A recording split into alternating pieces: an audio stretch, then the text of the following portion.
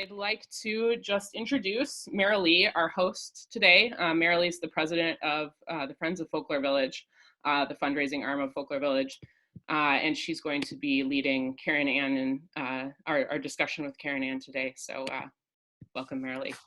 Hi, thank you, Sally Anna. And Sally Anna is our program director extraordinaire who's been doing the tech support for this. So I really appreciate all the help that she's been giving us. Sally Anna, on my screen, you are spotlighted, I believe. You're muted. Can you hear me? I can hear you now. I did make it, let me see. Okay. So we're good. Just okay. You see yourself now? I do. Okay. I do. So I'd like to present Karen Ann Hoffman. She is our 2020 NEA National Heritage Fellow, and she's an Iroquois raised beadworker. And I've watched a few of her other presentations and have had the privilege to be in conversation with her lately. And I am really looking forward to what she has to say today. Additionally, part of my role as the president of the Friends of Folklore Village is to solicit donations. So I've just posted a link for the donation for the Friends of Folklore Village. You sent that to me privately, Marilee. I sent that to you privately. Let me change that. As much as I love Sally Anna, I don't expect her to single-handedly support Folklore Village. There. So I've just posted a donation link in the chat, and this is a free presentation. You are welcome. What Karen Ann Hoffman has to say is important for everybody. If you have a little bit to spare to support Folklore Village, that would be really awesome. And thank you. So I think that's it for the housekeeping. Karen Ann, can I turn it over to you? You certainly can. Good morning, everyone. Thank you so much for being here. I am just delighted to spend some time with my friends at Folklore Village. I want to say how important Folklore Village has been in my career. I want to say how important Folklore Village has been to the careers of a lot of folk artists and advocates. And so if it's okay with you, Marilee, I'd like to kick off the fundraiser with a $50 donation. I just am so impressed with the work that Folklore Village is doing and has done, and it's my great honor and pleasure to make this small donation for a really wonderful cause. So thank you. And thank you. Oh, that's huge. I really appreciate it. Thank you so much. I appreciate that. You're welcome. And I just want to say this. You were nice enough to mention the 2020 National Heritage Fellowship Award. And I am proud about that. And I am pleased with that. But I will say that, boy, 2014, 2015, something back like that, 5 or 6 years ago, we were doing a program together, and I was in your beautiful basement, and I saw all those posters of all those National Heritage Fellows. And the truth of it is, in the back of my mind, I thought to myself, you know, one day it would be nice to see raised beadwork represented on that wall. And so I can only hope that you have still some room left in that beautiful dance hall for one more little picture for raised beadwork. Yeah. So thank you for the inspiration. I mean, that's what I mean. A place like Folklore Village is not only a great educational opportunity, and I'm sure a fun social place for everybody involved, but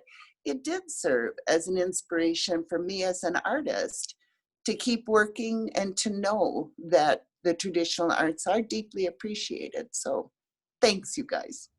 Thank you. And oh, you're welcome. I know we're going to talk about it a little bit later, but I'm going to draw people's attention. Sally Anna, can you put your own picture spotlight there? because I want to show people that that's our raised beadwork that Karen Ann created at Folklore Village. That's it behind Sally Anna there.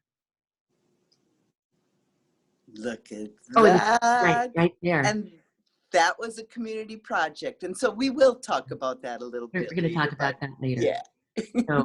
So that wish came true. Yep.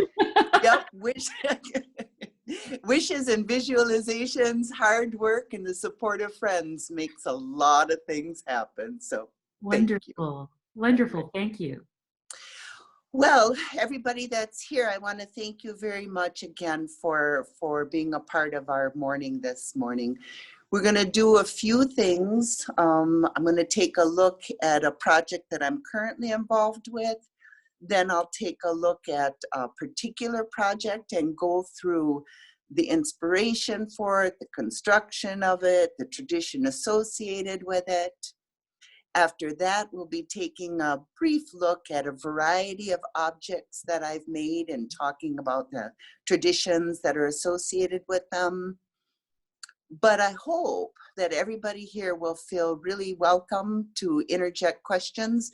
I think we have a Q&A planned for the end, but feel free as a question pops into your head, put it up in the chat and we can keep it in the parking lot or address it as it comes up. That's up to my amazing moderators, Marilee and Sally Anna. So, Karen Ann, I want to break in for just a moment and read some of the things that people are posting in the chat. Oh, okay. So Amy McFarland posted after the donation link. Amy McFarland posted, "Done. Please do it now so you don't forget, folks. I know we all cherish everything that Folklore Village does for us and our community." And Lucy Richards posted, "The beautiful art piece we made is still displayed at Folklore Village." And that's what Sally Anna just held up. Laura Lee posted, "Karen Ann, I'm really happy that Folklore Village has inspired you." And Maria Terrace Sangren posted, "Done," about the donations. "Please support the wonderful work being done at Folklore Village, please." And I'm just going to post that link again since we've scrolled up beyond it. So I'm not going to interrupt again until after this first section. You interrupt anytime, Marilyn. Aliana, if I could get you to slide 28, the one we're prepared to start with? Yes, just a moment. Please. Thank you, my friend. Of course, I asked her to do this out of order of the presentation, so Sally Anna's being put through her paces this morning. No problem. Thank you. Does it look good? Beautiful. It's all right, beautiful. Is that one showing up as the main screen on people's view? Okay, great. Okay. In the 1860s, a settlement displaced the native population of Wisconsin from their traditional homelands. A mixed band of Native Americans found themselves encamped outside of the eastern boundaries of Possipakenan, or as it's now known, Stevens Point. Scarlet fever broke out in the settler population of Possipakenan and was somehow transferred to the Native American refugee camp. Many of the settler population died of this disease, but the natives, they died by the dozens. And they were buried on the grounds of that refugee camp. Decimated by disease and social forces, lack of opportunity, and the diaspora itself, those natives eventually moved northward, but the bodies of their dead remained behind on that encampment. Buried in the earth, and later, as Stevens Point began to get bigger, those bodies were buried underneath of garbage. It's not unusual in our history for native burials to later become garbage dumps. And that happened here in the Stevens Point area. That area that was, for 14,000 years, part of the Menominee homeland, later became a refugee camp for this mixed group of natives, then a burial ground, and then a garbage dump. After a series of land transfers, became the grounds of the Stevens Point Normal School, which opened its doors in 1894. Next slide, please.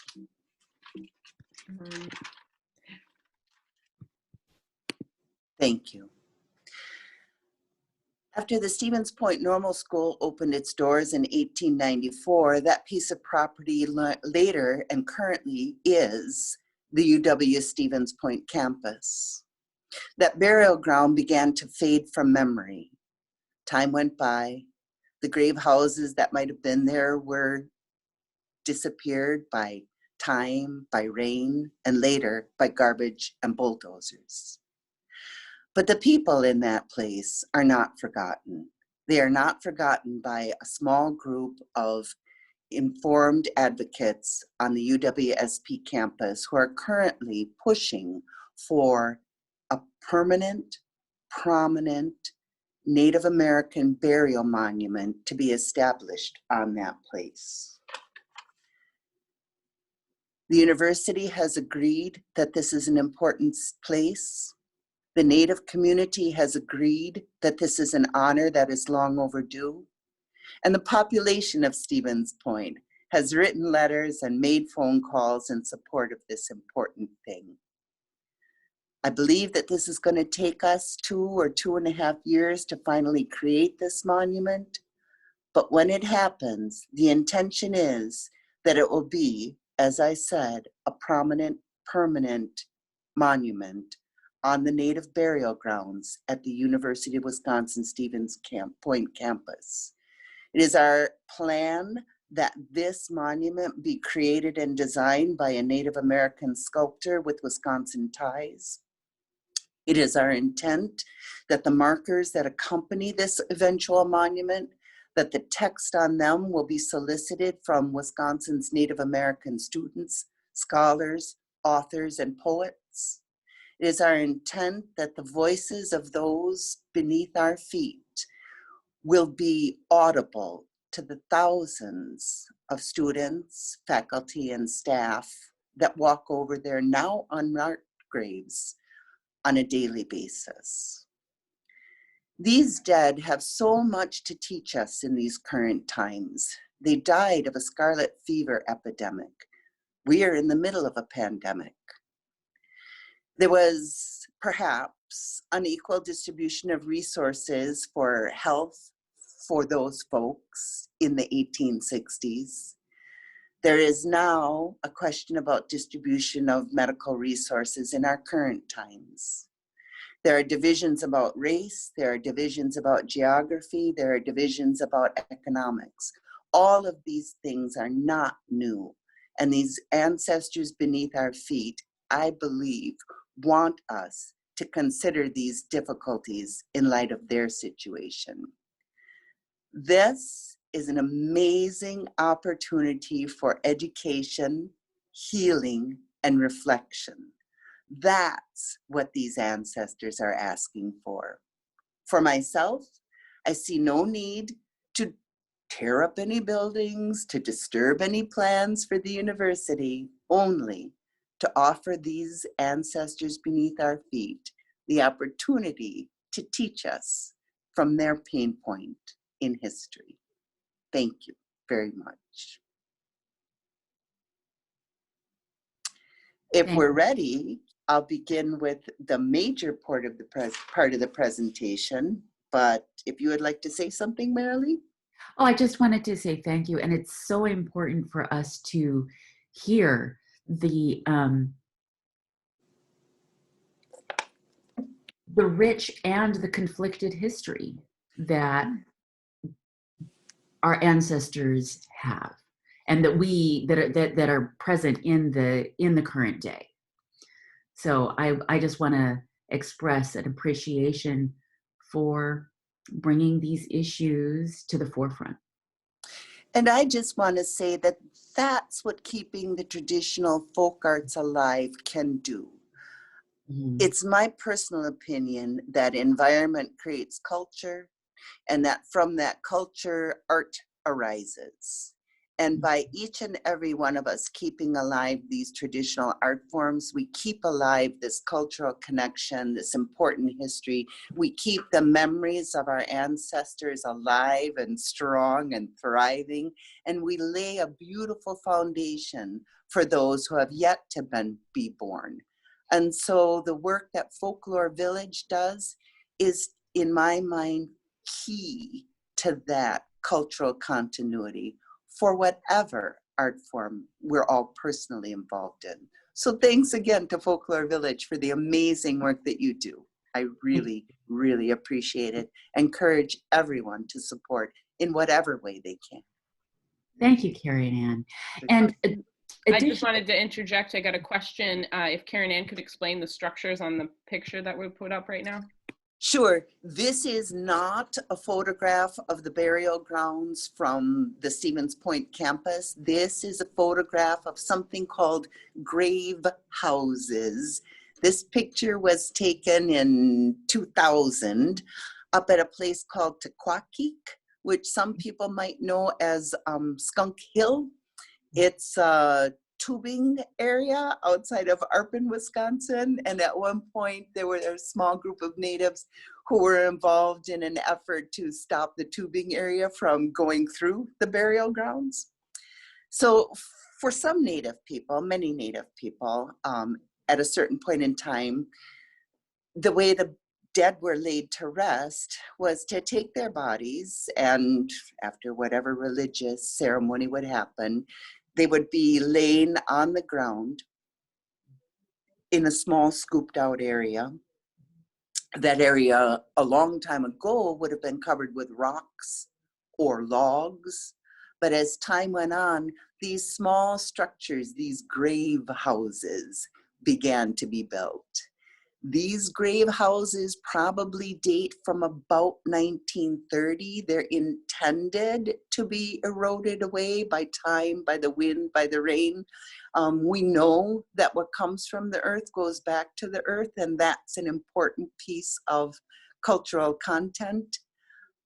But these grave houses are probably very like what would have been used to inter the victims of scarlet fever in that Passapequoddy area in the 1860s. So that's why these are used here. Does that answer the question? Does that explain it?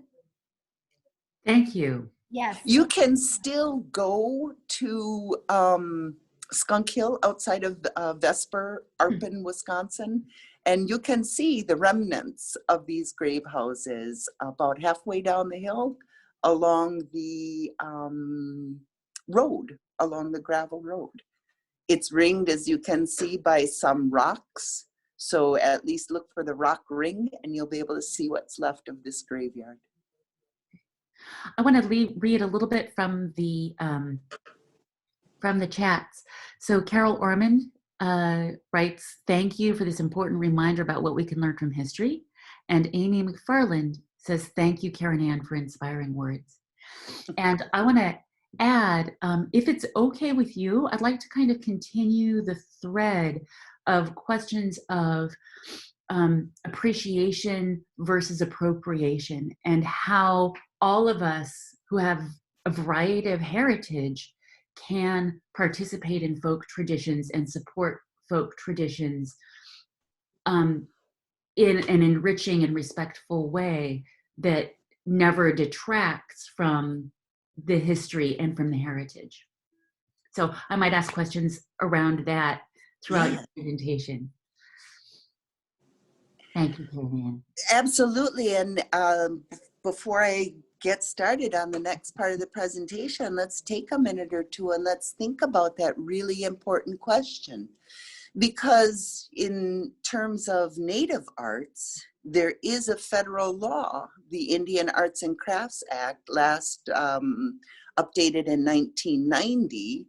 And that Indian Arts and Crafts Act says very clearly that it is a violation of federal law to display or sell or offer for purchase any art or art form in a way that represents that piece or that maker to be Native American when they are not.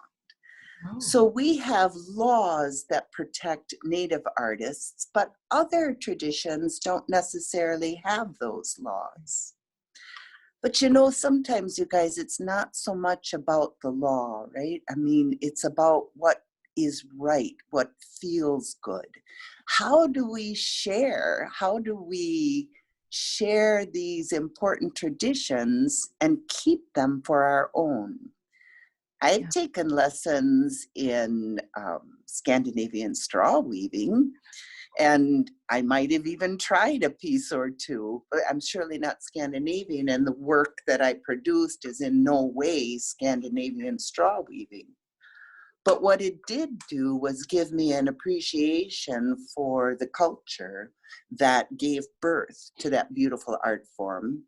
It also gave me an appreciation for how difficult it is to produce that seemingly elegant piece of art.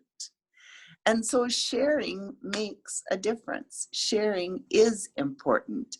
I teach workshops, and we'll talk about the community piece that we produced at Folklore Village, because I want people to know the history and culture behind my art form. I don't want people who are not Haudenosaunee, Iroquois, to be producing this work and saying that it is Haudenosaunee beadwork. Yeah. I would ask them to say that I learned this from a Haudenosaunee beader. I'm doing my best to replicate what I was taught, and that whatever piece that person may produce is in the style of. Mm.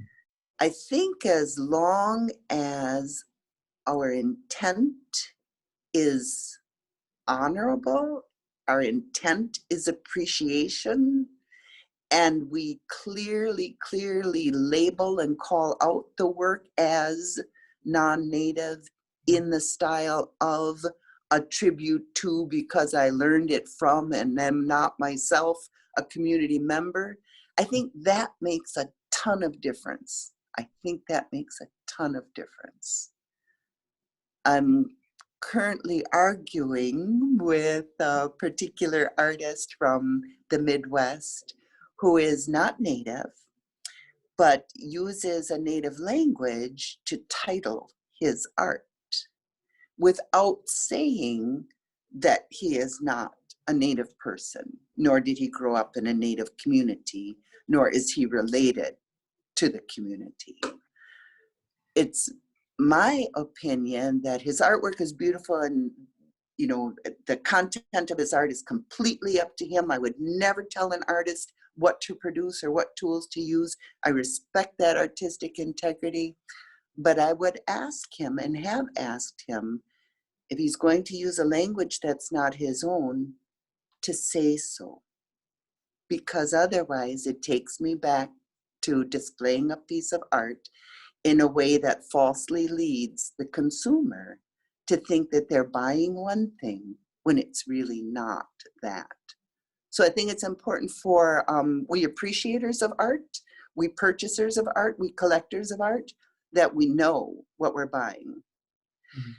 And so I'm going to jump back to Folklore Village, and my experience with Folklore Village has always been that the practitioners there are very clear about who they are, that when I've been involved in workshops there as a student or a teacher, we've always been really clear that our intent is education, appreciation, and learning a bit about other communities. And that, I think, is the spirit, the intent, and the proper way for us to share all of these beautiful, beautiful things that hold our worldviews. Does that answer the question? Kind of. It's a big and Big complicated and one. complex. Thank you. I Yeah. really appreciate it. Did you want to talk any more about the community art piece, or are we ready to move on to your artwork? Did you want to, did we Tell want me, what do Saliana the to show, people want to, yeah. do you want Saliana to show that again as Sure, and we can start with talking about that. Yeah, I mean, I would be interested in Absolutely. learning a little bit about Let's do some of the that. motifs that the community artwork displays. Like I actually wasn't able to attend that workshop, and I would be interested to learn more about what's on there. Got a picture here, just a moment. Fantastic. Thank you, Saliana. Oh, look beautiful. at that. Oh, that's fabulous. It is fabulous. It is fabulous because this was a room full of people with good hearts and good minds who wanted to learn something about another community, who wanted to get hands-on and seeing how it is to produce work from another community. We sat, we shared stories, we shared songs, we shared time together. We exchanged information about our various cultures. It was so awesome to find out where cultural content overlaps and where it diverts. Are you seeing those other pictures too, by the way? Sure, absolutely. Oh, are you seeing them or not? Yeah, I'm seeing the picture of the people working around the craft table and the one woman beading on a piece. Many people, not just the. I see one woman, and then there's like the hands of some other people in the corner. Okay, wait. You see just okay. Sorry. Do we know what year that was? The share thing is a little difficult sometimes. Here's another picture. No. Oh, there it is. Yeah, lots of people. Yeah. Oh, and not screen sharing anymore. Sorry. There it is. Yeah. Yes. And I see Karen Ann working on a piece in the middle. And then there's a question as to what year was that? And we were, I've had conversations with both Saliana and Karen Ann, and we believe it was the winter of 2016, 2017. I feel like that's right. Midwinter Fest at the end of 2016. Yeah. And it was part of a long engagement that weekend, because I do remember Winterfest, and I do remember sewing with people and having people contribute to this community project. I remember going upstairs in the hall and trading winter stories from my tradition as well as other traditions. I remember watching people do dances that were outside of my community and being just blown away by the beauty and sensitivity of these other dances.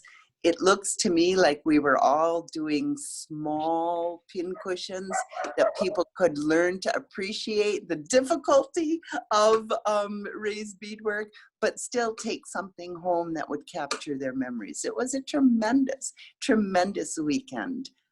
Something that isn't really available in any other venue that I'm aware of, where a person can come and immerse themselves day after day after day for this really intensive deep dive into culture and the art forms that come from it. So again, Folklore Village is a very unique and rich place, and we're lucky to have it. Yeah, Becky Real is confirming that yes, it was 2016, and that there are some other two photos that were from standalone classes in March of 2018.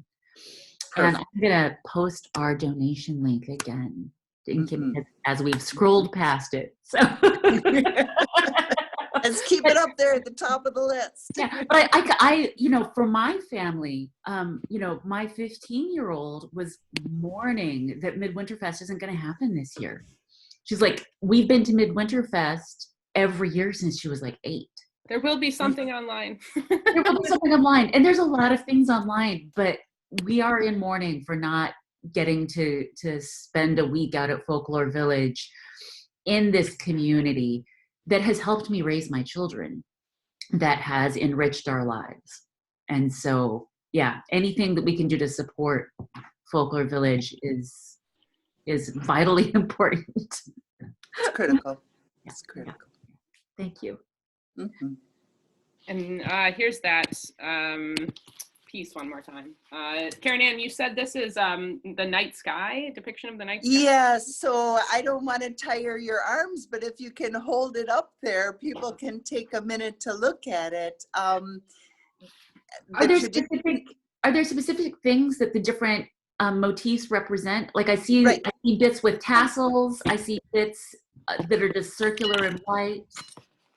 Sorry, Are just there, Sally Ann is trying to find a way to, there you go. Look at that. Okay, now you just hold that there, Sally Ann, and I'm going to tell just you for the 20 minutes, we'll be good. She's so awesome, you guys.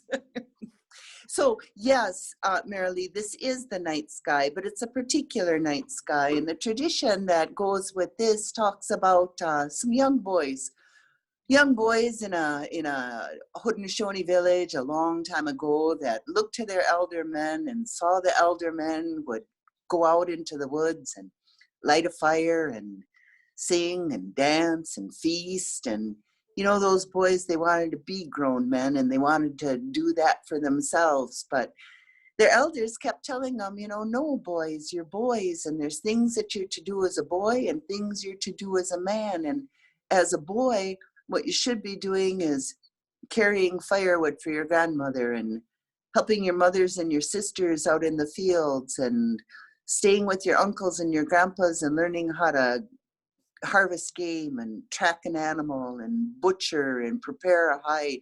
This is your time of learning. When you're older, then your responsibilities will change. But you know how boys are. You know, they wanted to be big. They wanted to go into the woods. They wanted to have a feast and a fire and a song and a dance. And so these boys, they put together a plan. One night, after everybody had gone to sleep, those boys, they crept out into the woods. Little by little, as they were making their plan, they had secreted away some firewood and they had secreted away some food for a feast. And one of the boys had even gone so far as to make his own water drum. Doo, doo, doo, doo. It's a beautiful kind of drum and it has a special sound. And he made this himself, although he was too young to do it. Well, he made that water drum and he thought it was just magic. When the right night came, all those boys took all the things they had secreted away and they went off into the woods. They lit their own little fire. They had their own little feast. They began playing their own little drum. And they began to sing and they began to dance and they began to sing and dance and they were so joyful. They were so loud that they woke up the folks back in the village. And when the folks back in the village saw the light of the fire, heard the song, they ran into the woods and said, boys, boys, what are you doing? The people ran into the woods and they saw that those boys had actually danced so hard that they had danced themselves up into the night sky. Maybe that water drum was a little bit of magic. Well, the grandmothers and the aunties and the uncles and the grandpas and the moms and the dads, they called, boys, boys, come back, come back. And some of those boys looked down to earth, and that's what those dangles are, Marilee. Those are the shooting stars that those boys came back down to earth as. Thank you. But some of those circles, some of those stars, those represent those boys that never did look back. Those boys never did look back, and they still dance in the sky today. And what we say, when people look up at those, we call them the 7 dancers or the 9 dancers or the boy dancers or the dancers. Other people call them the Pleiades. But we know that come midwinter, that constellation rises in the sky. And we know come midwinter, when those boys return to dance above us, that it's time for us to prepare our own fires, our own water drums, our own food for our own feasts, celebrate the midwinter, and dance with those boys again. It touched my heart that at the Folklore Village Midwinter Festival, room was made for this really old Haudenosaunee tradition. And it touched my heart that at the Folklore Village Midwinter Celebration, people of good mind and good heart were more than willing to sit around a table with me and to sew on that piece. It touched my heart that the folks at a Folklore Village wanted to save that midwinter celebration and put it in that basement that's so full of national heritage, that basement that has seen so many celebrations from so many cultures. To me, it's beautiful that those dancers are there to connect with all these other cultures. You guys, that's the difference between appreciation and appropriation. That's the difference. It's in the heart, it's in the head, and it's in the display. When I see that piece, everyone knows that it's a collaboration of good hearts and good minds that springs from Haudenosaunee tradition. So thank you, Folklore Village, for that. That's an amazing opportunity. Karen Ann, your story gave me goosebumps. Thank you. Even the dog likes it. I've got the teenager on dog patrol. She's doing the best she can. I love Zoom because that stuff is so cool. You should hear her when she's not paying attention. Karen Ann, thank you so much for holding that up. Your arms must be exhausted. Yeah, good job, Sally Ann.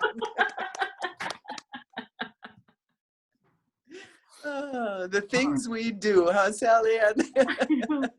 Oh, we have a note from Okay. Amy McFarland. She said, "My girls are particularly sorry to have missed the beading with Karen Ann that year. Since they finished college, it's been harder for them to come back to the festival. Midwinter Fest and Folklore Village has been an indelible part of their lives. They've enjoyed several of the online programs in recent months from their homes in California." So Cool. yeah, just that's the difference. That's the impact that Folklore Village is continuing to have, even while the building is closed.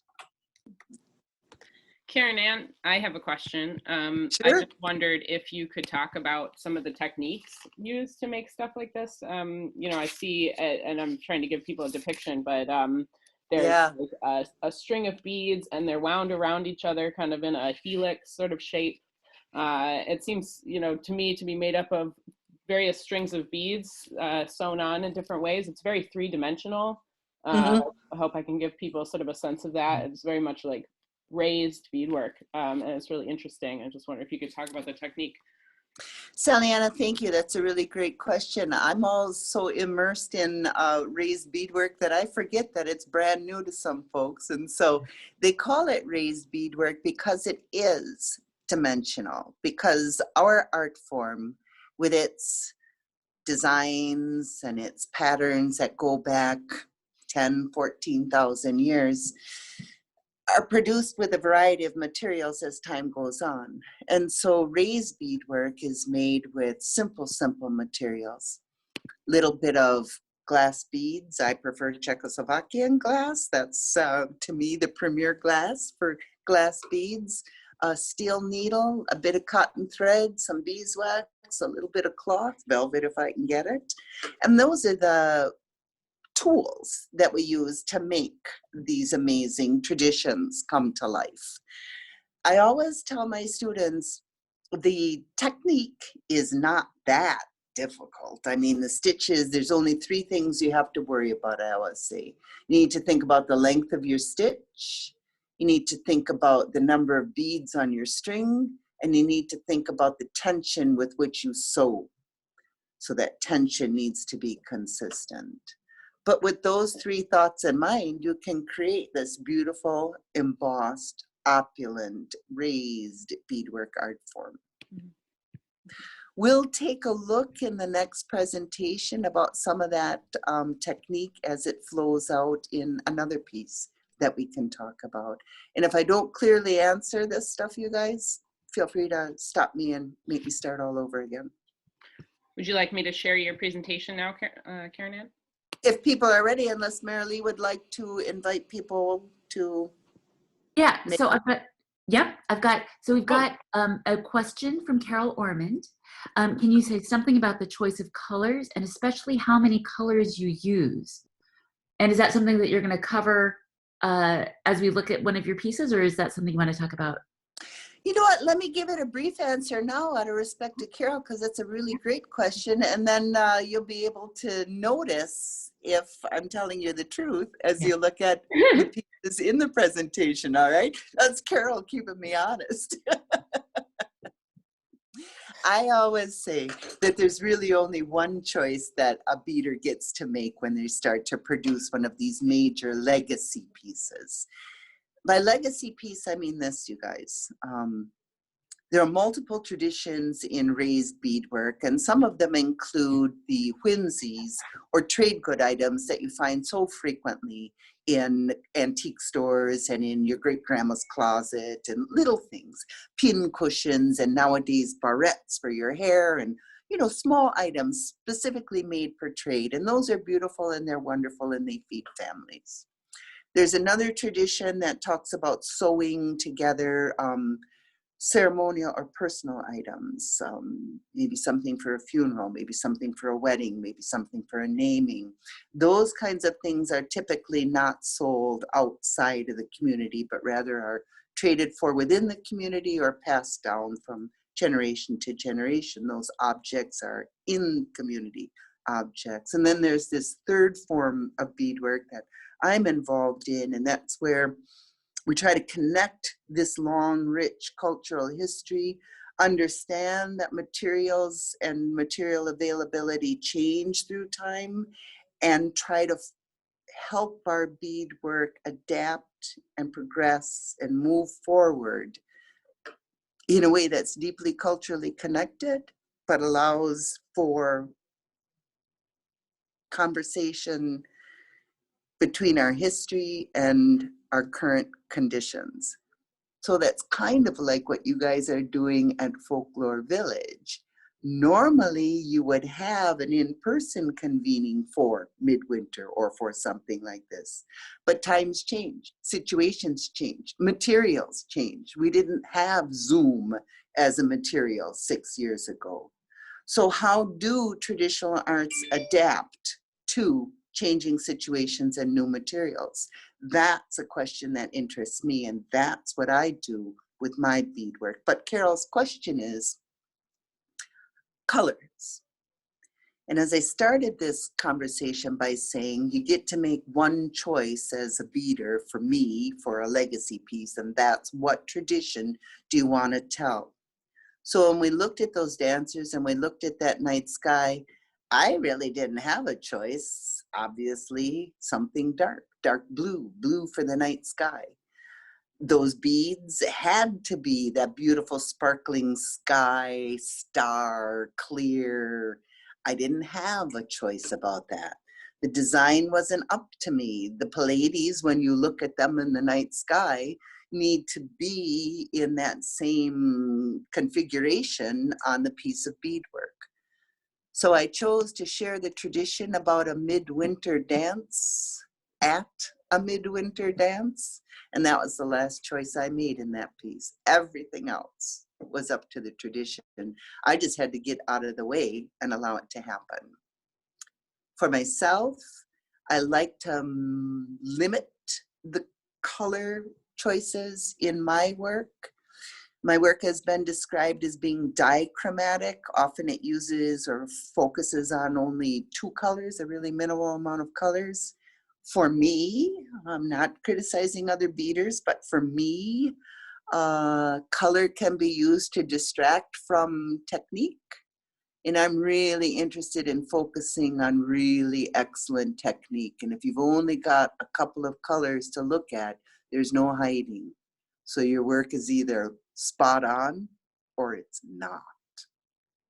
I also like using 2 colors, and I won't get too deep into this, but there is a Haudenosaunee understanding of something called balance.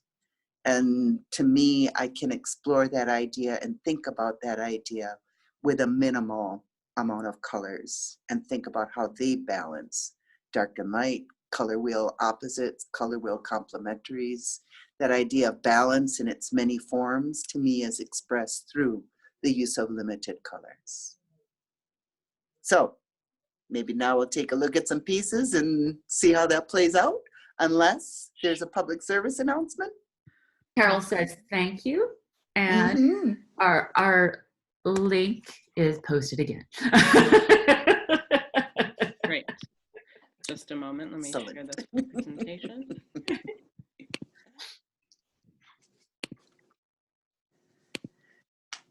Bernard the Buzzard. Okay. Bernard the Buzzard bag. And so we're going to go through a presentation now where we'll take a look at Bernard the Buzzard bag and some of his brothers and sisters a little bit later on. Take a look at how the bag was inspired, how the bag is constructed, and then we'll talk about the tradition behind the bag. So I'm going to do a lot of relying on Sally Anna and asking her to change slides with me as the presentation goes on. But what you're looking at, you guys, is Bernard. Bernard the Buzzard bag.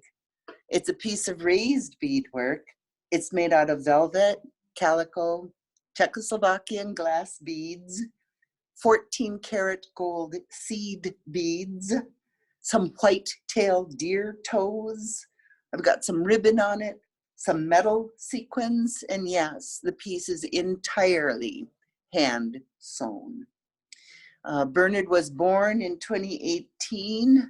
He's about 20 inches by 30 inches, plus, of course, the straps.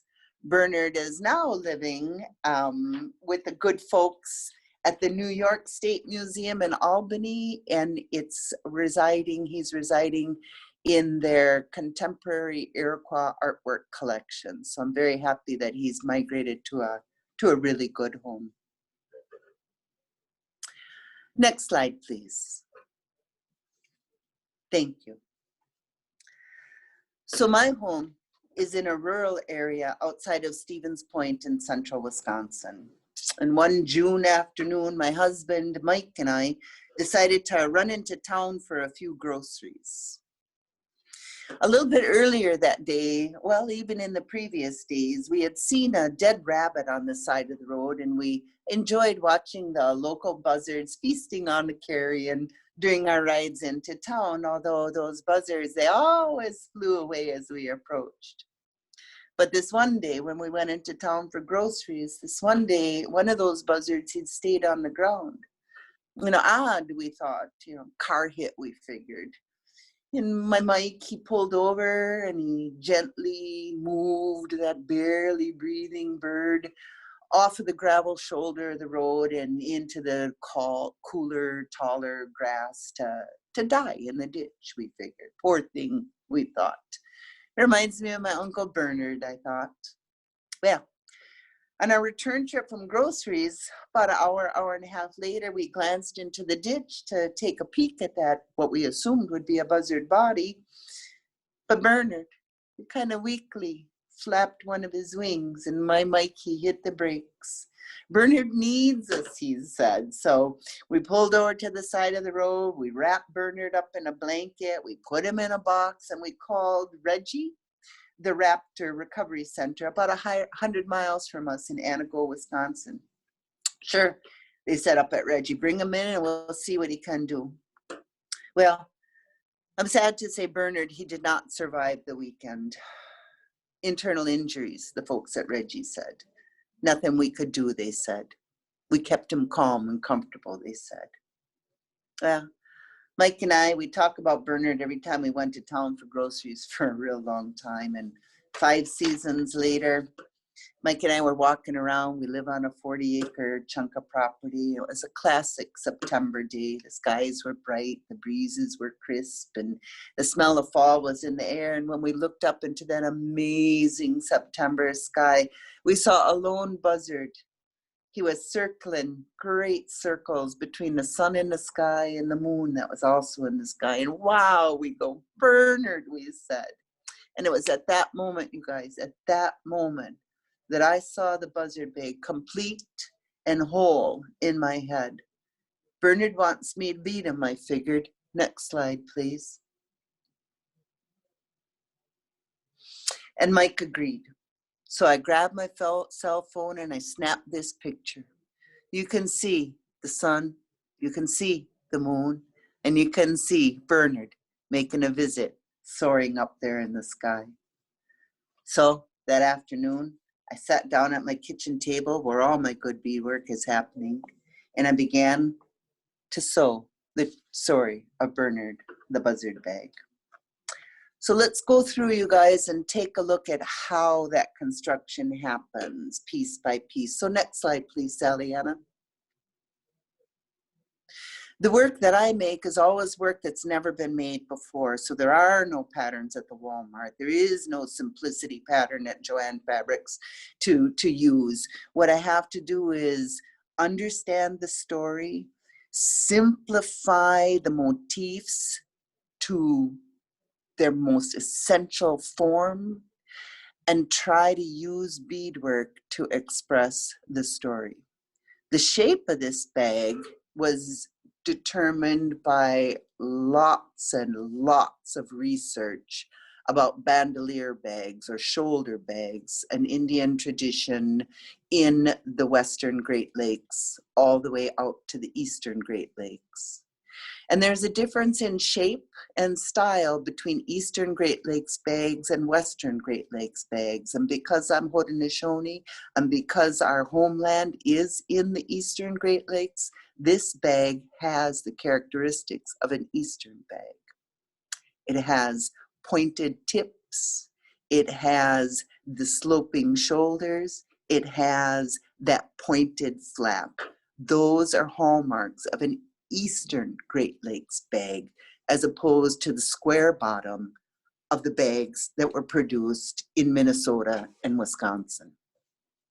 So I spent a lot of time designing this bag, but in addition to designing the bag, I had to figure out what were going to be the two main elements of the story. And the story, as I know the story of Bernard the buzzard bag,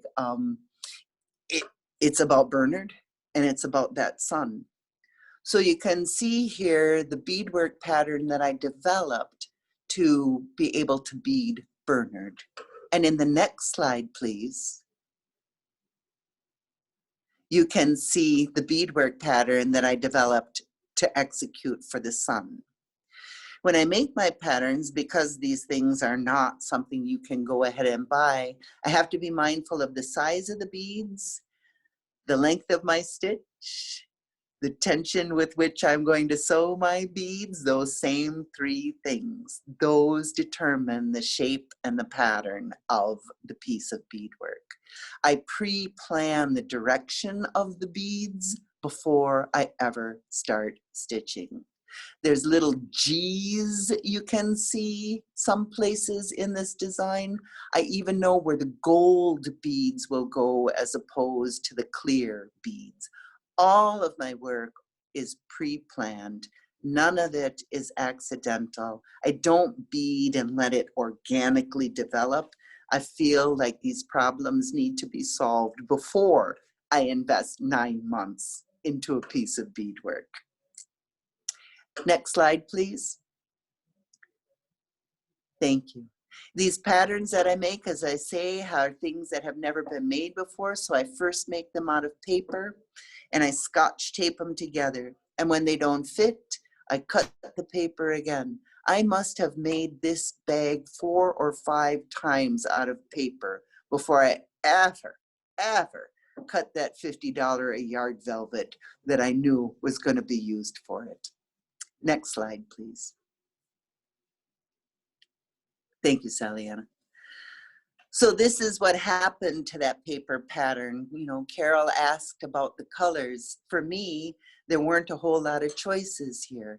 When we think about those buzzards and we think about this particular story, buzzards have a red head, and that's key to their identity. Buzzards have amazing black wings and bodies. That's key to their identity. The sun is, of course, shining and golden. And so I didn't have to make any choices about the color palette for this bag. The tradition made all of those choices. Next slide, please. Because in the story that you're going to hear a little bit later, in the tradition of Bernard and his story, Part of it talks about him flying so high, like you saw in that picture between the sun and the moon. I know that that sun shines and sparkles on Bernard, and so he's outlined with that glimmering gold. That wasn't up to me. That's in the tradition. Next slide, please. We talked about how black is the basic color of that bird, but when you get up close to a buzzard, when you see those buzzards' feathers, actually you find that there are a multitude of blacks in that buzzard. And so in this piece, I used 6 different kinds of black beads to illustrate the beauty of his feathers. You can see that each portion of his feathers have been segmented to represent individual feathers, flight feathers, support feathers, spike feathers, tail feathers, body feathers. They're all different on that bird, and so they all need to be beaded with a slightly different technique. And that's what we have here. Next slide, please. Moving on to the sun. You saw it when it was just a pattern, and now here it is in mid-execution. Look at the bottom scalloped edge. Do you notice a straight line of beads poking out to the left, let's call it? That's the key for raised beadwork. In all sections of raised beadwork, you'll see that there is an underlying line of beads in one direction, overcast with multiple lines of beads in the opposite direction. So this gold bead structure gets overcast with gold bead raised work, and that is the hallmark of Iroquois raised beadwork. Underneath each of these segments, there is a line of 1 beads overcast by a line of multiple beads. So I always tell people, you get the chance to do your beadwork twice on this, so you have to be prepared to spend a long time with it. Next slide, please. Thank you. Another important element in the tradition, as we're going to share it a little bit later, is the contribution of deer to the story. So you'll see that these deer toes are part of this bag, but they're not there for random prettiness. They're not there just because I thought it was cool. They're there because deer play such an important part in this tradition. Next slide, please. So there's Bernard, there's the sun, there's those deer toes being laid out. Next slide, please. Thank you. There's those deer toes. I talked about the materials, including ribbon. I talked about the materials, including metal sequins, and you can see this in this up-close detail shot. Every one of those things is hand sewn individually. Next slide, please. Even the construction of the bag, this is where the front and the back and the 2 linings are joined. Even this is done by hand. There is no machine work, although I respect folks who use machines. For me, I like the intensity, the closeness, the poked fingers and blood that come from sewing with a steel needle. Even here though, I use different needles for different techniques. When I'm doing like the black beads that you're looking at on the top, that's one kind of a needle.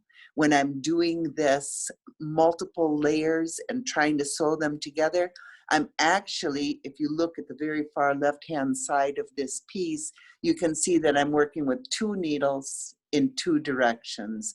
And those needles are something called a Glover's needle. For those of you who work in leather, you'll know that it's a needle with a 3-sided point, and that helps it to pierce these really great thicknesses. Next slide, please. After all the beadwork is done, after all the linings are sewn on, after all the pieces are married together, you still need to edge the piece with ribbon. And so this is a picture of that process. Again, hand sewn, but I have found the use of binder clips to be incredibly helpful in keeping my ribbon straight and keeping my stitch work nice and even. So I just thought I would share that little trick about not pinning. There was a day when I used to use straight pins to pin my ribbons, and that I found to give me lumpy ribbons.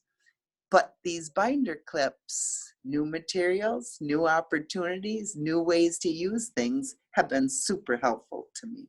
Wow, that's a revolution, Karen Ann. Thank you for that. Isn't it though? I'm sure every quilter in the room is like, duh, but it was new news to me.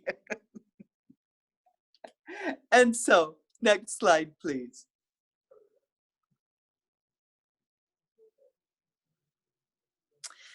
So this is how the birds got their feathers. So back up one for me, I'm please. sorry, yes. That's all right, that's all right. This is how the birds got their feathers as I know the story. Long time ago, they say the birds didn't have any clothes, and I don't know why. It's just the way that things were. And during that time, you know, those birds, they'd look around and they'd say like, oh, look at the beautiful clothes that Gunji, the fish, has. Look at how they shimmer and shine in the water, and the birds would be like, oh, I wish we had clothes too, but you know, they just didn't. And the birds, they'd look around and they'd say, oh, look at the beautiful clothes that deer has. Such a beautiful coat, such a lovely tail, and oh, look at those horns. Oh, I wish we had clothes, the birds would twitter, but they didn't. And so it went on for a long time until a decision was made. A decision was made by the birds to send one of their company up through that hole in the sky and ask for the favor of clothing. You know, some of the birds, they thought Eagle should go. They said he's strong and he's a good leader. But no, Eagle said, I have responsibilities right here and I cannot abandon them. A blue jay, he squawked up, I can do it, I'm the one, I'll go, I can do it. And the birds were, you know, yes, thank you. It's good of you to offer, and you have many fine qualities, blue jay, but you might be a little too enthusiastic, and we wouldn't want to offend by asking him properly. And then Hummingbird spoke up. Zzz, he said, I can go. Zzz, I'll volunteer. Zzz, I'll take the questions. Zzz. And the bird said, well, it's good of you to offer, Hummingbird, and you have many fine qualities, but we're afraid you might be a little too little, you know. The hole in the sky is a long way off, and we fear you might tire before you get there. And so it went, you guys, one by one. Each of the birds, they volunteered, and all of them had good things about them, but didn't seem like any of them had quite the right qualities for this particular job, until finally one of the birds chirped up, hey, Buzzard, they said. Buzzard's the one. He's strong. He can fly a long way. Buzzard can carry our request up through the hole in the sky. And so it was agreed. The next morning, Buzzard, he got up very, very early. He wanted to be sure to do a really good job with the responsibility entrusted to him by his bird community. Buzzard, he was so anxious to carry out his responsibilities that he didn't even take time for breakfast. Well, Buzzard took off, and as the day wore on, he soared higher and higher and higher in the sky. But because he had not eaten properly before he left, Buzzard, he began to tire. Oh, I can't take the time to hunt for food, Buzzard said. I won't have time to fulfill my responsibilities. Well, far below, Deer saw Buzzard's plight, and Deer understood what Buzzard was trying to do. Brother, Deer said, I'll help you. And so, Deer, he gave up his life. He laid his body down so that Buzzard could eat without taking time to hunt. And you know, it's still like that today. Buzzard, He eats carrion and he cleans up our woods and our streams for us without having to take the time to hunt. And we remember deer and we're grateful to him for that gift. Well, refreshed by his meal, Buzzard, he continued and he soared higher and higher and higher, and he flew so high that his head got burned by the sun. And finally, Buzzard soared through the hole in the sky and he humbly made his request on the behalf of all of the birds. Well, I won't go into all of it, but that request was granted, and Buzzard, he was real proud that he could fly back down to Council Rock, and he had a bag full of clothes for all the birds.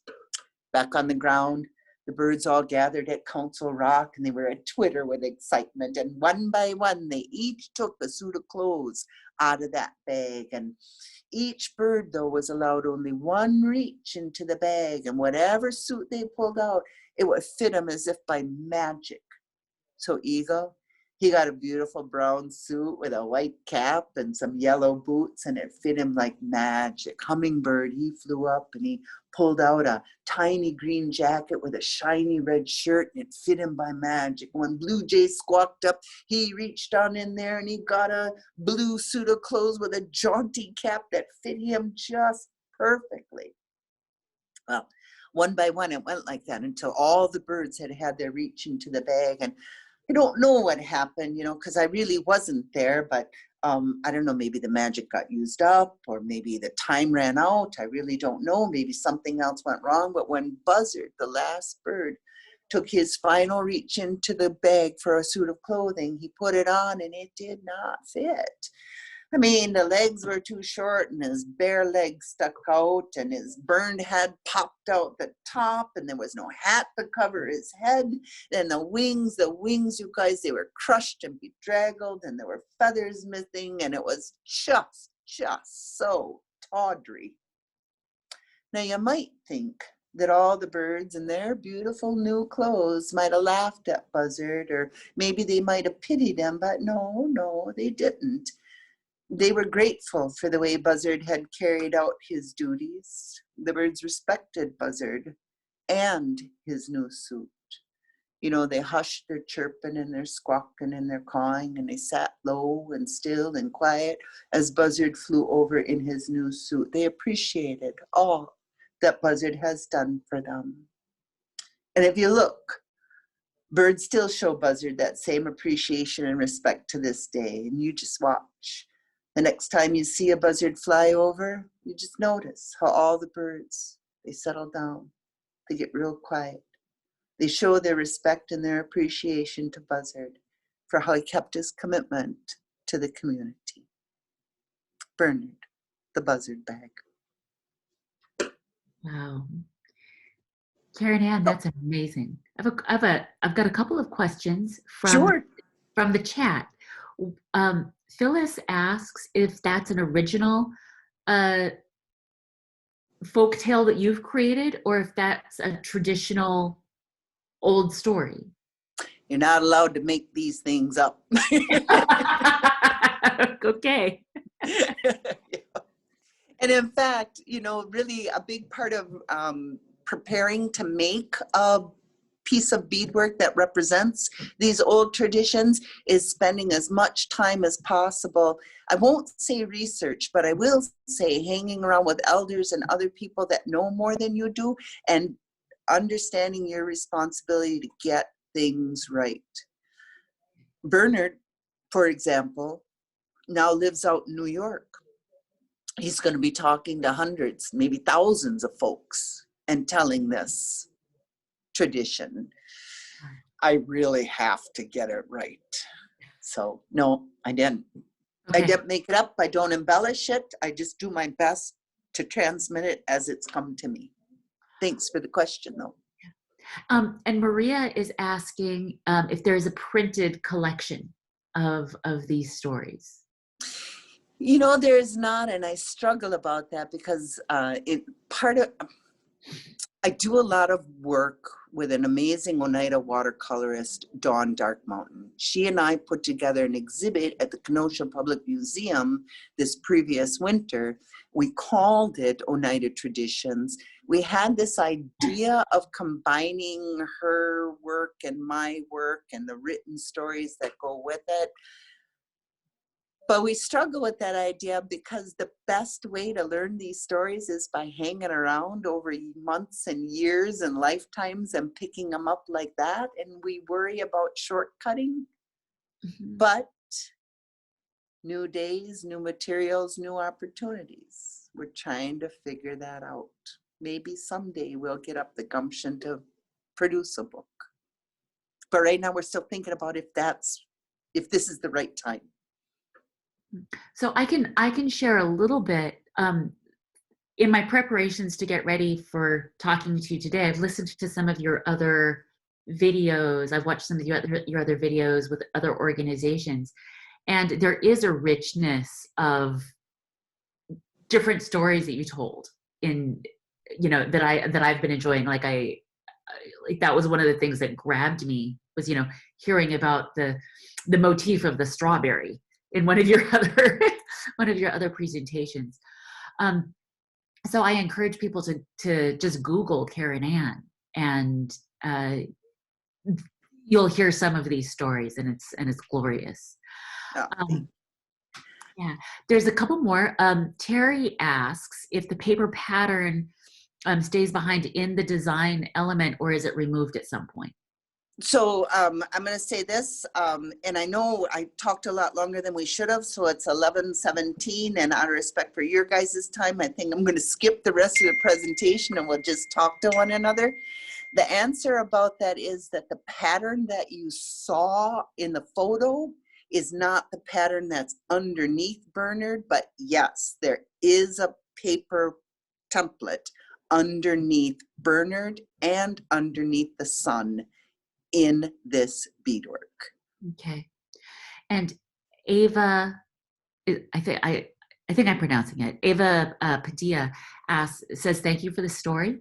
Oh. And Maria, actually both Maria and Carol say that you're learning the traditional stories is a lot like learning traditional music. You hear it from. Can I ask to hear more about that? Because that's really interesting. Yeah, Carol and Maria, do you want to unmute yourselves and we can talk a little bit about that? Sure. I'm Maria here. You can learn a lot of music from books and even from videos and such, but it's like learning a language. You sound like you learned it from a book. And if you really want to speak in a way that is clearly identified with the tradition, you need to sit around with traditional players and have the holistic experience of playing music with the people in their presence, if it's available to you. It's not always available. You make do with what you can get. Actually, I have found some of these Zoom things, since we can't go to workshops and such, really a blessing, because it's something. But it's like learning a language. If you want to, written music is shorthand, but it's not music.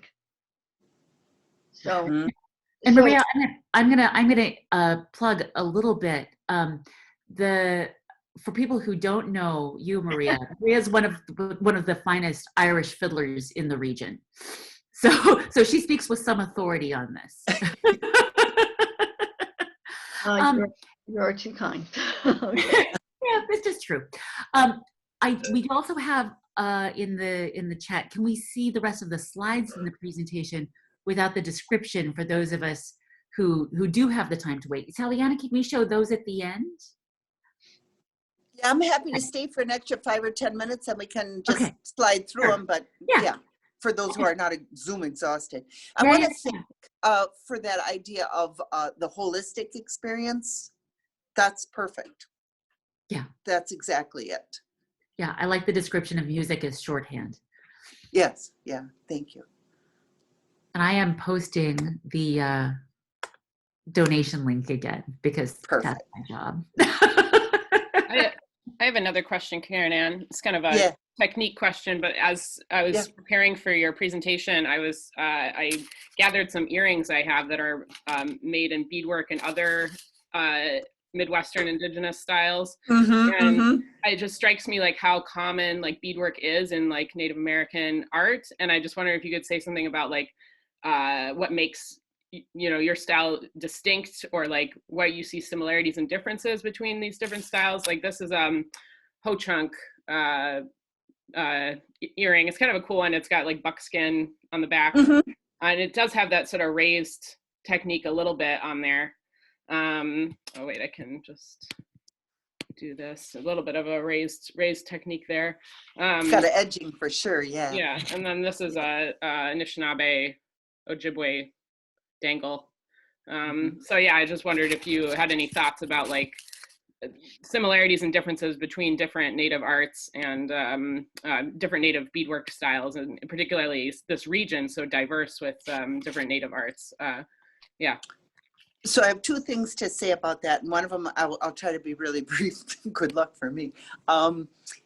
There's a thing that's kind of called pan-Indian beadwork, and that's where styles merge and they blend, and you end up with this thing that's beadwork, and it's beautiful and it's lovely, but it's not necessarily specific to a particular tradition. And that's fine, it exists and it's gorgeous. I'm interested in using my beads in a way that is very obviously Haudenosaunee. And so that's where the raised beadwork comes in. That's a style that is not practiced by people outside of the Six Nations of the Haudenosaunee Confederacy. And the last thing I'll say is that it's very interesting to me that beads and cloth and steel needles and threads are gifts of the colonizers wherever they go in the world. North America, South America, Africa, Australia, these same pieces of material culture get transported to indigenous communities all over the world. But I believe, depending on the hands that those things fall into, that they end up producing really distinct art forms. Sure. And so I think that is the strength of tradition merged with modern materials. Places like Folklore Village help keep traditions alive and strong and thriving, so that when new materials do come our way, we can continue this extension of our culture without diluting our cultures. And so what you guys do is so important. To follow up on that, you said earlier that the Iroquois Haudenosaunee raised beadwork tradition is like 10,000 years old, or that and what sure, what it would have looked like before. He's like, but there weren't beads until the 1500s. So like what kind of material culture traditions does this tradition come out of? Yeah. Yeah, I understand exactly what you're saying. When I say that these forms and designs are 10,000 years old, that's because I've been in museums where they have Haudenosaunee shell gorgets or necklace pieces. And on those 10,000-year-old pieces, I see our double curved design. I see turtles. I see the same woodland flowers etched into stone and shell from 10 and 12,000 years ago that we're currently executing with raised beadwork. So the shapes and the forms, the culture is consistent over millennia, but yeah, new materials come. And so I was just gifted with some bone awls and bone needles, and that has really made me appreciate the steel needle. And so when these new things come, they are adopted.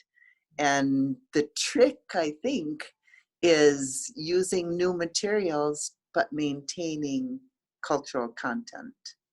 That's the sticky wicket. Karen Ann, I want to read a little bit from the Zoom, and then I have yes, a little bit of some closing and a request. So Catherine Bear says, nice explanation. Thank you for that. I think she was really appreciating when you were describing the Pan American beadwork. I think that's what she was referring to, and how the different different cultures express through the beadwork. She says, "Yep, I got it right. Thank you." And Lisa Berry says, "Karen Ann, do you ever work with schools and or school classrooms? With your incredible storytelling and your beadwork, I know several local school teachers who would love to have you do a Zoom presentation, apparently for the schools. That's an excellent idea." And Becky Rael asks, what kinds or types of threads do you use? So 2 separate questions there. Yep, and so let me say, you know, I have been privileged to work with schools over my career and places like Folklore Village over my career. And although that's not my primary focus, my focus is making these things, you know, I am happy to intersect. Cotton thread, white hand quilting cotton thread, no polyester wrapping if I can get away with it. Cotton, cotton, cotton. Wonderful. So just out of respect for the time, I want to kind of wrap up with, I'm posting our link again. Thank you for everybody who's contributed and who continues to contribute. And then I'm going to ask when Sally Anna posts this video, or maybe even if you could now or at some point post the video of Ancestors Beneath Our Feet so that people can copy that to see the other video that Karen Ann has done. And I want to thank you, Karen Ann, for taking the time and for your support of Folklore Village and for the richness that you've been bringing us through this tradition and your storytelling. And Sally Anna, I want to thank you. Oh my goodness, you have made my job easy. with all that you've done helping with the promotions and for the tech support. And if we may, if it's okay with you, I would like to follow through with just showing the rest of the slides and the images. And if you have the time and if you're willing, can you stop us at some point and tell one more story? I would love kind of a little encore. I think a lot of us, I get goosebumps with your stories. I see some thumbs ups in the chat. So I had 2 questions that came into me privately. Would you like to do those now or after? Yes? Okay. I had someone that asked if Karen Ann could define more like what is meant by appropriation. Yeah, and it's a tough one and it's complicated, so please don't take this 2-sentence answer as the full answer. But appropriation is taking what's not yours, knowing that it's not yours, and pretending that it is yours.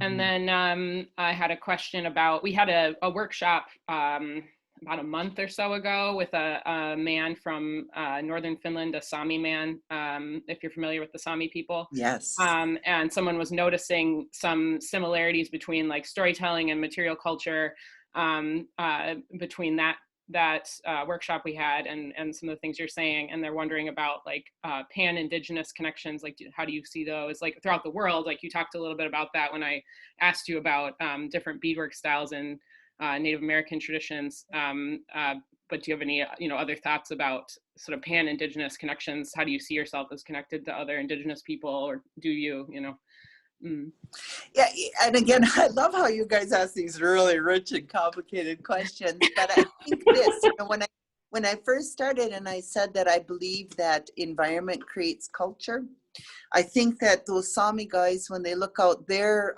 window and they see the things that are important to their environment, their caribou, their snow, their ways of keeping warm, their connection to their environment is expressed through their art. We're not that far removed in terms of the environment in which we as Haudenosaunee people live. We're woodland people as well. We deal with snow as well. We get our food and our clothing and our housing from the environment as well. Those kinds of basic concepts I think, are not just pan-Indian, but pan-world in traditional cultures. Your environment gives you what you eat, what you wear, what your housing is made of. It informs everything about your culture. And so at that level of connection crosses the world. Wow. Thank you. And then one follow-up question. Someone asked if you could spell Haudenosaunee.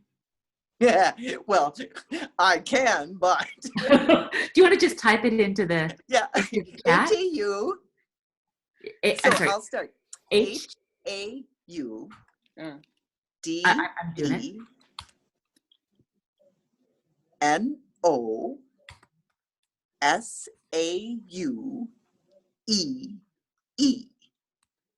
I believe that's right. Did I That get looks that good right? to me. Yep. Okay. Somebody Google that and see if we got it. I would never have spelled that correctly in a million years. Okay, are we ready to flip through the slides and do our little like standing ovation Zoom style encore and ask for one more story? You know, I'm happy to do that, but I'll do it like this. You guys, thank you for this. Thank you to Folklore Village. And for those of you that can, if you're in a position to make some support for Folklore Village, I'll trade you a story for that support. How's that? Right? So we're gonna zoom. We're gonna zoom through some of these, and I'm gonna stop you when I get to a good story. This is a three-dimensional pot. It's made of the same materials as always, but it's shaped in the shape of an Iroquois Haudenosaunee pot from the 1700s, from the woodland period. Next slide. So I promised I'd be fast. This is a footstool. It's based on the only known anthropomorphic effigy mound in the world, which happens to live outside of Baraboo, Wisconsin. You can visit it. What's remaining of him lives in the Baraboo's Man Mound County Park. So go and visit this gentleman. Go ahead, next slide, please. This is rock art caribou. I was invited along with Ernie Bozart, an amazing archaeologist. He was mapping an undocumented rock art site while I couldn't get into the area where the one known piece of rock art was. When I crawled around the corner, I saw this fellow. And I remember saying to Ernie, "Hey, is this rock art?" And he's like, "Well, yes. Yes, it is." Are those footprints? Are those deer prints in the corner? Well, well, there's a little argument between me and the archaeological community, but I know this body shape to be a caribou. There are some people who think it's a deer, but oh, I'm just looking at the corners. It's right. It's in that family. Okay. In that family. Okay. So I call them rock art caribou, but yeah, those are prints, tracks in the corner for sure. Next one, please. Thanks, Saliana.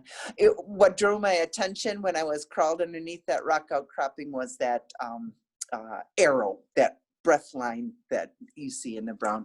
This is a piece, it's called Woody. Oh, there we go, yeah. So the first thing I saw was that scratch. We're just gonna leave it right here, we're good. Saliana, you are amazing. Here we go. This is Woody. He's a pileated woodpecker. There is a story that goes with him, but he lives in the Nerman Museum of Contemporary Art out in Overland, Kansas City, Kansas. Next one, please.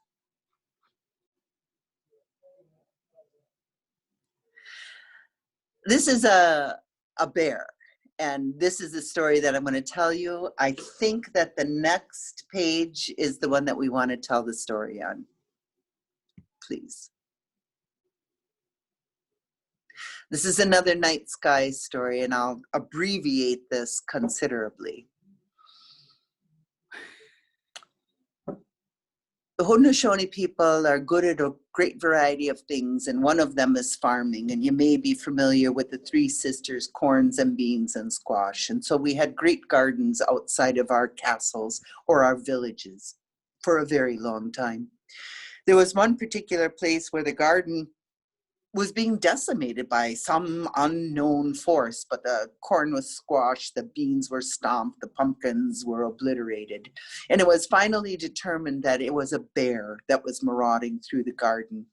And so the local hunters, they tried to kill that bear, but you know, it was a monster bear. It was a huge bear, and none of the local hunters could successfully kill that bear. If you notice on this piece of beadwork, there are 4 stars with red on them. Those represent 4 brothers that came from another village to assist and to help and to try and hunt that bear. The people of the village, they said, you know, that's fine, boys, you can try to help, but our best hunters have failed. And what those 4 brothers said was in reference to that smaller star with the black on it. They said, what you don't realize is we've got this little white dog, and this white dog has black circles around his 2 eyes, and we call him then 4 Eyes. And once 4 Eyes starts on a trail, he never ever gets up. So it was decided that the 4 brothers and 4 Eyes, they would hunt that bear. Well, again, I won't tell you a whole story, but they track that bear, and they track that bear, and they track that bear, and finally one of the brothers, he kills that bear. And when they look around by the body of that dead bear, they realize that they've chased that bear way up into the sky. And because it's wrong to kill something without making great use of it, it was, of course, that those brothers would have a feast on that bear up in the sky. So they butchered that bear. And as they butchered that bear, his blood flowed down, and, you know, the maple leaves are red in the fall because of that. And because you don't just butcher a bear, you have to feast it. They roasted his meat, and from up in the sky, as that fat sizzled down, well, that becomes snow. And what happens is they fall asleep after this great feast, and they sleep and they sleep and they sleep until they hear 4 Eyes, yip, yip, yip, 4 Eyes again, making his trail bark. And the brothers woke up, and what they saw was that that great bear had reconstituted himself up in the sky. His bones, his feather, his fur, and his meat had come back together. And he continues his trek across the night sky. Well, when you look up in the sky now, you guys, and you see that dipper up there, that's the story that we're looking at. And when you look really closely at that dipper, and you look at that second star from the end of the handle, look real close, you'll see that it's a binary star. And that's what we say, that's 4 Eyes up there, still on that trail, never, ever gives up. You know, these traditions, as I know them, you guys, some people mistake them for children's stories. Some people mistake them for fairy tales or Aesop's fables. And they may have that quality to them, but what they really are traditional lessons about commitment, about community, about honesty, about our social values. Those brothers left their own families to do something for a community with whom they were not connected. They were so committed to the broader community, they gave up everything, their homes, their wives, their children, their families, and they still keep their promises to others. So, you know, these stories are more about cultural content and worldview than they are small stories for children. But these traditions really hold those kinds of things. So, next slide, please. A similar story. Go ahead, I'm sorry. Oh, I just wanted to say that as you were telling the story of the bear, it wasn't until you got towards the end that I actually saw the constellation of the Big Dipper in the stars, because it was oriented differently than I think of it. And I love that.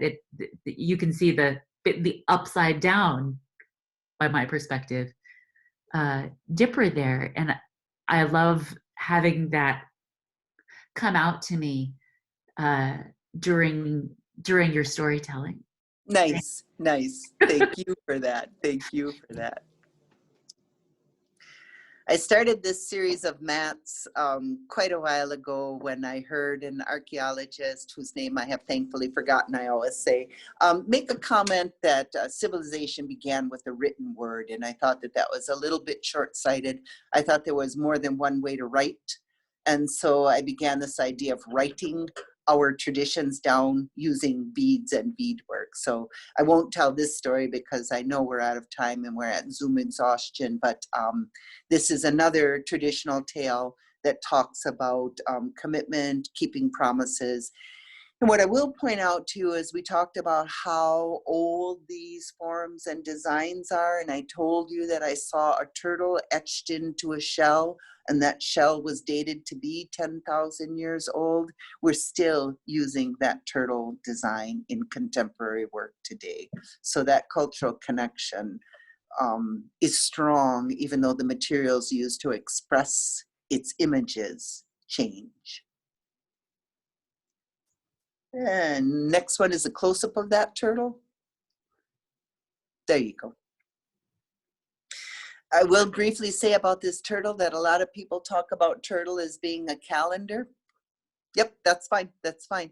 And so there are, 13 plates on the back and 28 plates surrounding that back. So there's our calendar. Go ahead, next one, please. Thank you. I talked about beadwork being the intersection of tradition and contemporary situations. This piece also lives at the New York State Museum. I created him to think about the walleye wars in Wisconsin during the 1980s. I also created him to remember part of the Haudenosaunee Thanksgiving address, the words before all other words, that remind us to be mindful and thankful for the waters and for the fishes who give up their bodies so that we might have life. And so this is a piece that takes that intersection of ancient wisdom and lays it on top of contemporary situations.